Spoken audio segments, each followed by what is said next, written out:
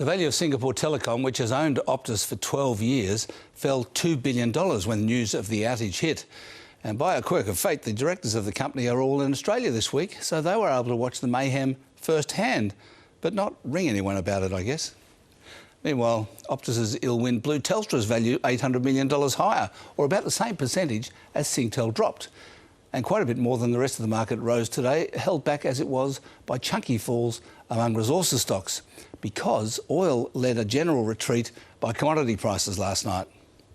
Now, the fact that crude oil is 5% cheaper than it was on October the 6th tells you that commodity traders think that the war between Israel and Hamas is not going to spread, and specifically that it won't affect the passage of oil tankers through the Straits of Hormuz, which are controlled by Iran and carry 21 million barrels of oil per day, or 32% of the global oil trade.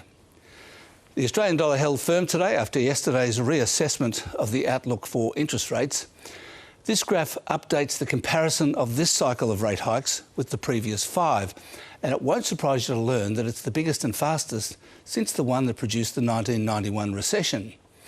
Will this one produce a recession? Well, like a glass coffin, remains to be seen. But housing debt repayments are almost twice what they were in 1990 and the highest in history.